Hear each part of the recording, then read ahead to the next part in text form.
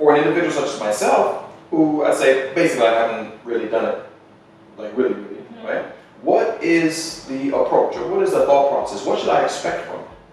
So I first want to say that the way we practice yoga in the West is very much influenced by how we do things here.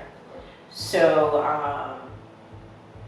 in some ways, yoga has become a feel to burn kind of place instead of finding my peace. So sometimes when people go to a yoga class, they're expecting the peace and they feel more burned. Sometimes you can get two.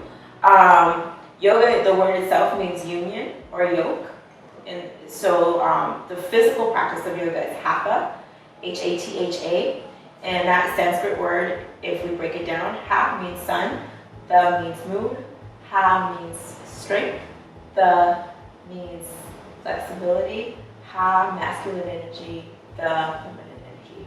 So when we say Hatha yoga, that's the physical practice of yoga, what we're actually saying is the union of the mind and body, the union of our pairing of our strength and flexibility. So our physical practice of yoga was created so that we could strengthen the body to actually sit in meditation for long periods of time. Oh. So that is where, when we look at Patanjali Yoga Sutras, they say the yoga pose is a seated pose. So if you're coming to a yoga class, I would say that you should expect to move your body and that movement should be connected to your breath. Okay? However, depending on what kind of class you go into will dictate how you will move.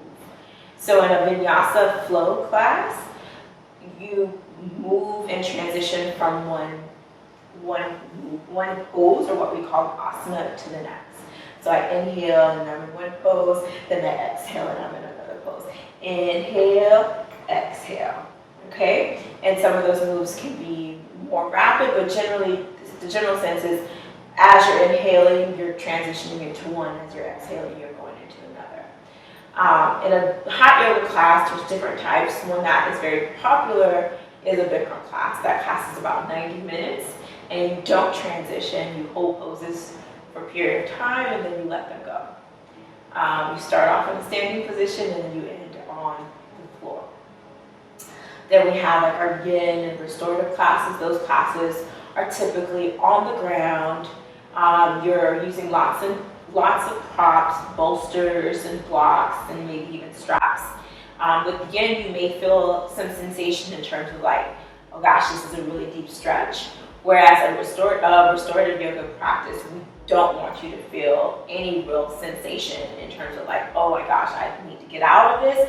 It's really geared towards being relaxed and restored and renewed. So every class is very different. That's just me giving you a sample of it. So for instance, if you go into like, I'm an Ashtanga practitioner, and Ashtanga, we're moving and flowing. We're moving and flowing with our breath. That primary series is one of the series that we do. It's about 90 minutes, and we do maybe close to 60 yoga push-ups by the end of that series. However, we build up. So that is also a difference in that practice versus other practices. In other practices, the class is designed to be led for an entire group. So it doesn't always meet your personal needs. Whereas in the Ashtanga yoga practice, you're in a classroom, but the Mayaswara style is, it's almost like you're getting a private with a bunch of people in the room.